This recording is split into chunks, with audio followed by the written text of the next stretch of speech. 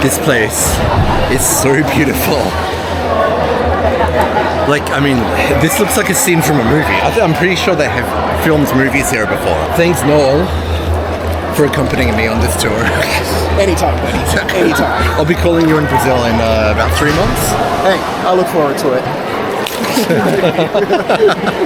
Hey everyone. I'm Tim, and I've just finished a 9-month odyssey around Latin America. Now I'm reopening my diaries, and this time I'm bringing you along with me. Week by week, country by country, all the colors, all the craziness, all the food, all the music, and all the splendor. 9 months when each morning was a new adventure. The road was my companion, and Latin America cast its spell on me. This is my Latin America Diaries. Welcome back to Latin America Diaries. In my final weeks in Mexico, I headed towards the Yucatan Peninsula, the piece of land jutting out into the Caribbean, which is strewn with Mayan ruins and white sandy beaches. The Yucatan Peninsula is home to some of Mexico's most stunning sights. For me, the chance to take a dip in a cenote was probably the highlight of this part of Mexico. These deep craters-turned swimming holes are like entering a magical realm, even with the inevitable crowds that accompany them. There are plenty more splendors like cenotes coming up, so please like this video, subscribe, and hit the bell icon to be notified when I upload new videos from this series.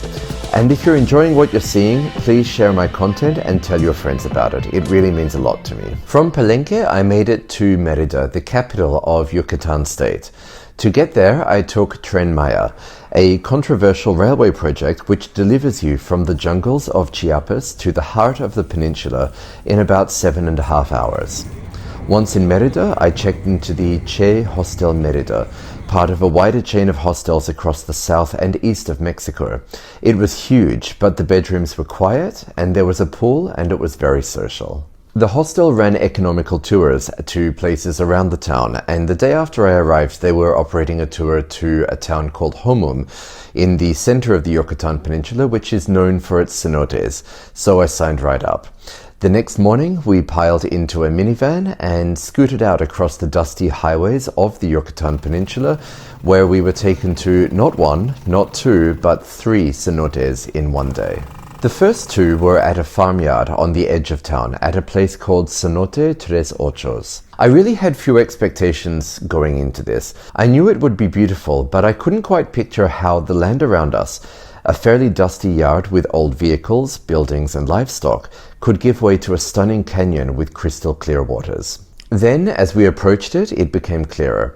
Incongruously, the land around us dipped, and steps descended steeply into the earth. The entrance to the crater is so steep that even as we descended, we couldn't spy our destination until the last minute. And then, from one of the landings, we caught sight of it, an aquamarine pool of crystal clear water, inviting us to swim. Cenotes are deep canyons which were formed when the Yucatan Peninsula was hit by a giant meteorite thousands of years ago. The flaming masses of debris which were hurled out by the impact landed across the landscape, creating their own small craters, which would then fill with water from the water table below.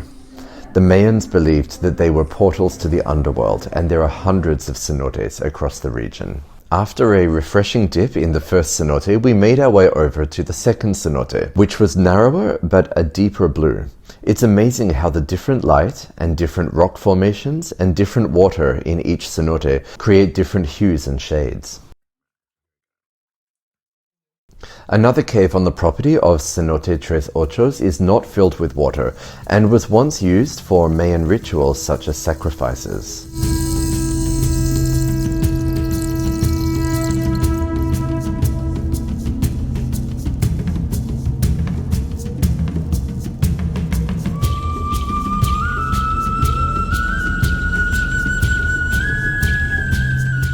And then it was time to go to the day's highlight, an entirely subterranean cenote called Cenote Ik Kil.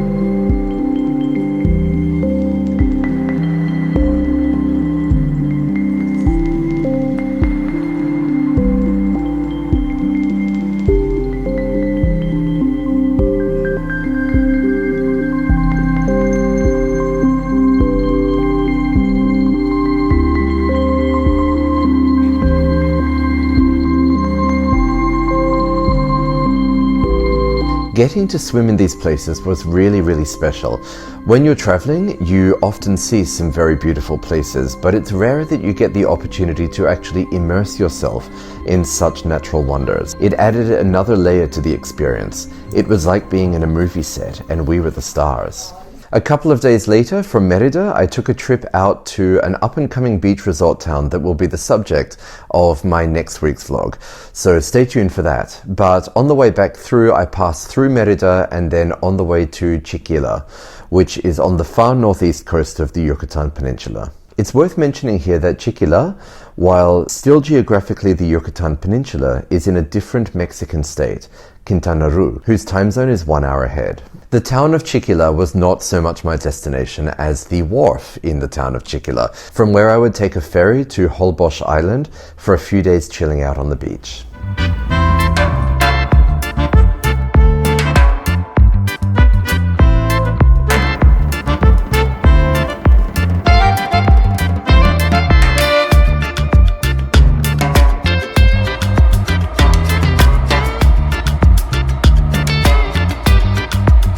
Welcome to Isla Holbox. Isla Holbox is a little slice of paradise in the Caribbean.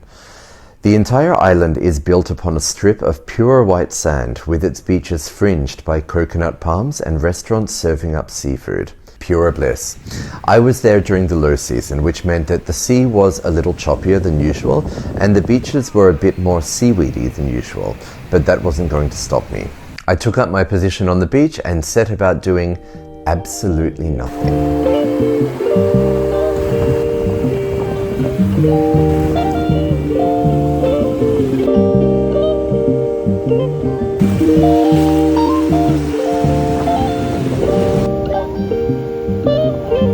You know, I'm starting to think that maybe life is just better in the Caribbean.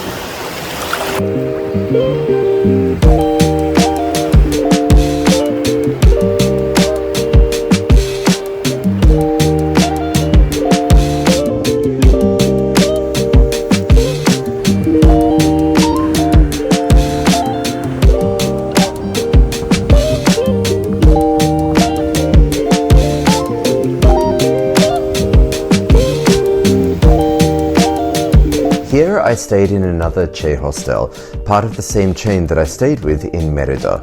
It was a bit difficult to find, but the rooms were super comfortable. There are plenty of activities to do on Holbox, such as bird watching to go and see the native flamingos, water sports, and a beach where the waves at night reveal bioluminescence. However, I didn't partake in any of that because I was too busy doing nothing.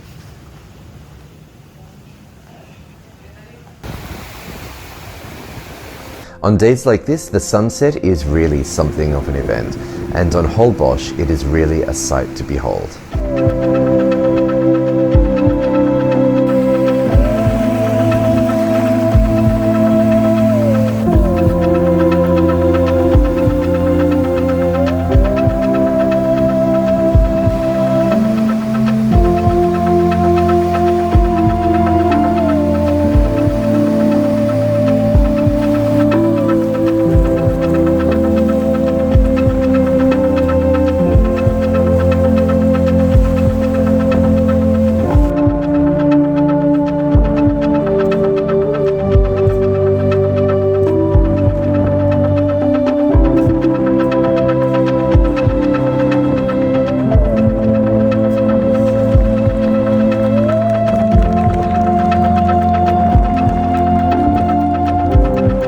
2 days later, I was on the road again and making my way towards the city of Cancun, where I checked into the hostel Cabe, a self-described party hostel, which is also one of the most economical places to stay in the city. This place wasn't really my jam. Luckily, I was only staying there for 2 nights, and the price was the main attraction. Unluckily, I came down with a cold on my first day there, so sniffling away in the tropical heat in a room where the air conditioning wasn't switched on was not my finest moment in Mexico. However, Cancun wasn't my final destination anyway. It's simply the place from where my flight to depart Mexico left, and it also happens to be the perfect jumping off point for visiting Chichen Itza. Interestingly, Chichen Itza is located in the state of Yucatan, whose capital is Mérida. I had already been to Mérida, and geographically the ruins are actually much closer to Mérida than to Cancun. However, because Cancun receives more travelers and because it is home to the largest international airport in the region, it's normally cheaper and easier to visit Chichen Itza on a day trip from Cancun than it is from Mérida. At least in my research, that's what I discovered. So that's exactly what I did. If you're watching this and planning your own trip to the Yucatan Peninsula, I will tell you that usually I tend not to go for tours. However, getting to Chichen Itza from either Mérida or Cancun usually involves at least 1 or 2 changes of transport. And it doesn't end up being that much cheaper anyway, because the main expense involved is still the entry ticket to Chichen Itza. So to save time and even money, I opted to go for this tour from Cancun. The tour, with a company called Equinox Tours, departed Cancun at around 7 o'clock in the morning and took us directly to Chichen Itza in the heart of the Yucatan Peninsula. Chichen Itza is an extremely important Mayan site and probably one of the most famous. It was certainly spectacular and very interesting. However, having already visited Palenque and Yaxchilan, I didn't find it quite as grand as those sites. So I wasn't quite as blown away as I might have been otherwise. A tip, if you are planning to visit that part of Mexico, I would suggest going to Chichen Itza first and then going to Palenque and Yaxchilan later, saving what I consider to be the more dramatic sites till the end.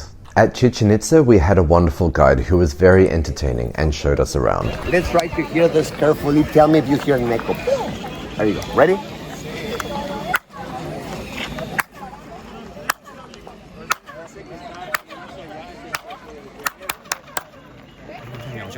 You hear it? There you go.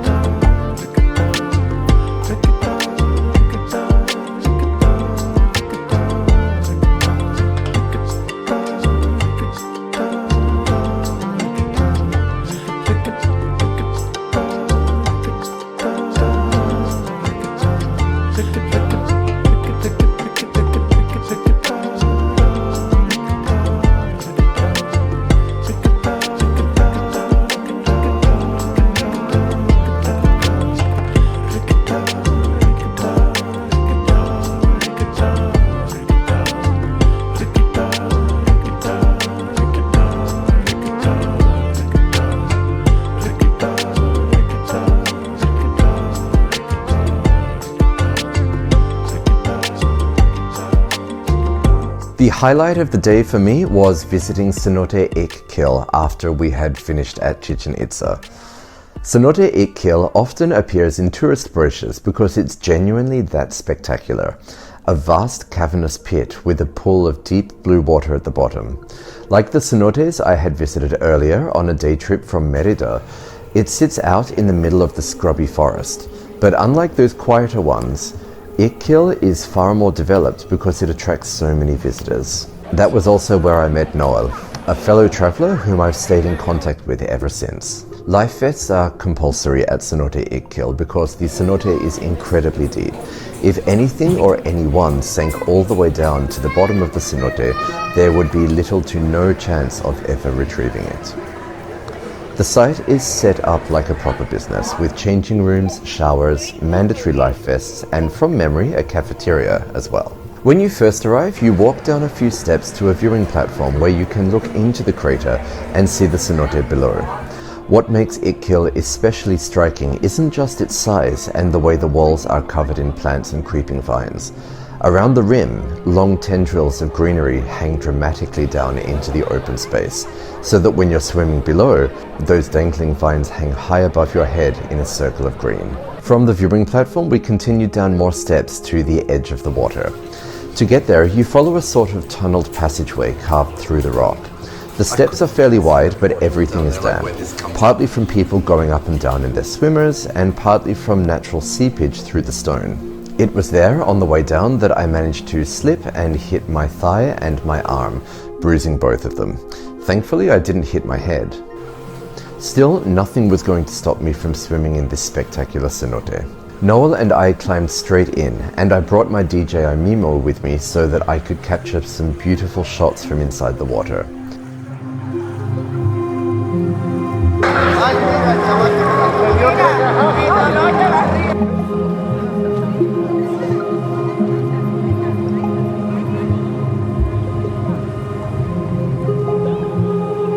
This is amazing.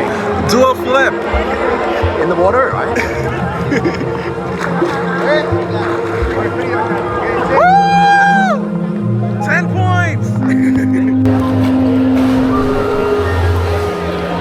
Swimming there was one of the most memorable experiences of the trip. This place was otherworldly, as if I had slipped into a scene from Avatar or a completely different universe. To be floating in that deep, cool water, surrounded by vines dangling above my head, in Mexico, a country that I was already starting to fall in love with. It was absolutely one of the most amazing moments of my entire trip.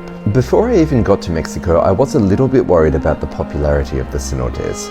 I knew that Ik Kil was the headline cenote, one of the famous ones that appear in all the brochures, and I'd been warned that they attract huge crowds. I'd really hoped to experience a cenote that still felt naturally beautiful and not overly busy. Thankfully, the cenotes that I visited on the day trip from Merida earlier in my visit fulfilled that wish. When I got to Ik Kil, it was busy. However, strangely, that didn't matter because the place was so beautiful, so striking, that even with the crowds, it was still simply magical. If I had one criticism of this tour, it would be that we only had about 45 minutes to an hour to change, swim, and then change back into our dry clothes at Cenote Ik Kil. For me, that wasn't enough, and I know that for many travelers that would be enough. If you're the kind of person who likes to turn up, take a photo, take a dip in the water, and then keep going, sure, I can imagine that that would have been enough, but I'm the kind of person who could sit and watch a fireworks display for an hour without even needing popcorn. So for me, when I arrived at Cenote Ik Kil, that kind of natural beauty is the kind of thing that I could gawk at for hours on end. Let me know, are you that kind of traveler? Are you the kind of person who could just sit there and happily look at natural beauty and be immersed in it for hours? Or do you like to keep moving in your travels and keep it snappy? Let me know in the comments below. From Cenote Ik Kil, we continued on to the last stop in the tour, which was the historic colonial town of Valladolid, right in the heart of the Yucatan Peninsula. It's a beautiful place. We arrived in the early evening, in the days as the town was winding down from the Dia de los Muertos celebrations and beginning to put up Christmas decorations. It's a fascinating time to be in Mexico, the end of one period and the start of another. For me, knowing that I would not be spending Christmas in Mexico but in my next country, it was almost something of a teaser or a taster for what was to come. Being in Valladolid at the end of my Mexican journey, watching the Day of the Dead fade out and Christmas begin to appear, it felt symbolic, like the next leg of my trip was quietly beginning in the background. After a short exploration of the town, it was back onto the bus and back to Cancun, where we arrived at about 10 p.m. This felt like a longer day than it actually was due to the time difference between the Yucatan state and Quintana Roo, where Cancun is. However, there was one more place that I haven't told you about in Mexico, and that, in my opinion, is the best kept secret of the Yucatan Peninsula and Mexico's Caribbean coast. Want to know where that is? Make sure that you tune in next time, because that is next week in my Latin America Diaries.